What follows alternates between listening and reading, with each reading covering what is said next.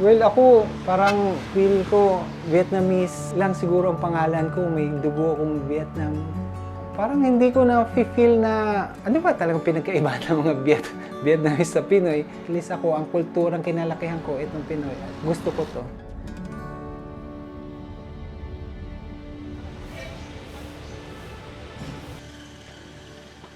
Hi, I'm Viet Ping Nguyen. I'm from Vietnam. I was born September 19, 1969. Kasi sa Vietnam dati, merong US bases doon. Then my father works as a mechanic. Nagkakilala sila ng mother ko without knowing na ang aking father pala ay may pamilya rin dito sa Pilipinas.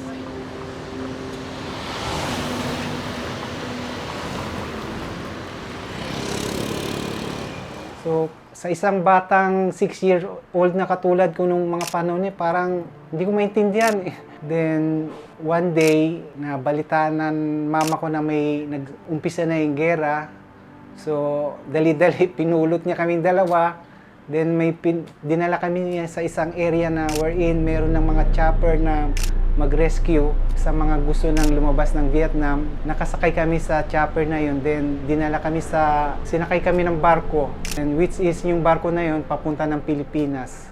Parang napakahirap. Yun ang isa sa mga hindi ko makakalimutang memories na nangyari sa akin nung kami nasa Vietnam pa.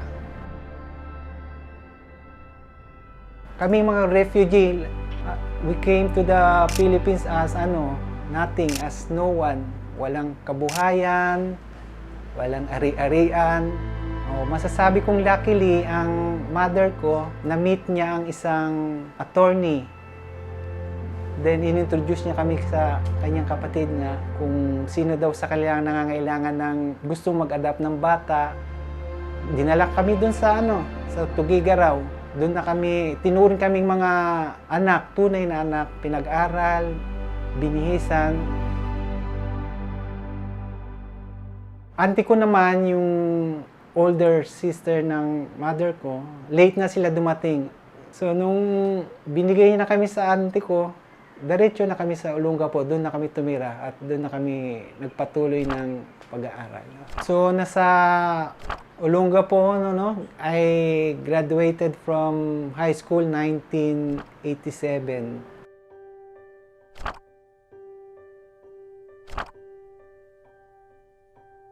Well, si Edna, nakasamahan ko sa trabaho dati. Tubong Davao talaga siya. So, napag-isipan ko din namin. So, finally, na-convince niya na ako na lumipat na lang dito sa Davao. Then, sumunod ako. Ako na nag-drive noon. So, ang naging hanap buhay ko dito ay PUJ driver. Ito, nakakaraos naman. Salamat dahil meron akong maunawain at mabait na asawa. Ganun na rin sa akin bayaw na si Eddie. Mabuti sila sa akin. Yeah, man. Still kicking. Alive and kicking. How about you? Mẹ cũng mạnh giỏi. Hindi talaga kami close talaga. Ang mother ko kasi may sarili na siyang pamilya ngayon. Nasa Japan siya. Well, ako parang feel ko Vietnamese lang siguro ang pangalan ko. May dugo akong Vietnam. Parang hindi ko na feel na ano ba talagang pinagkaiba ng mga Vietnamese sa Pinoy. At least ako, ang kulturang kinalakihan ko, itong Pinoy. At gusto ko to. I hope someday, sooner or later, you will come to Davao. I hope every day when I can go.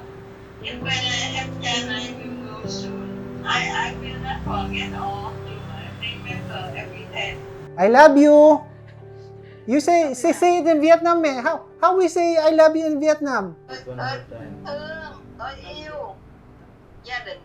Tôi thương, tôi yêu gia đình. I love my family.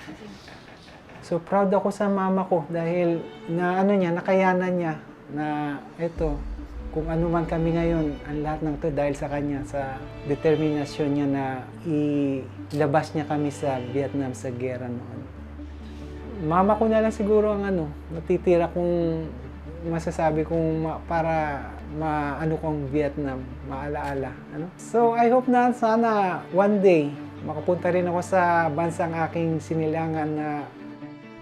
Okay, say goodbye in Vietnam. Tạm biệt. Bye bye. Bye bye. Tạm Bye biệt. bye. Tạm biệt.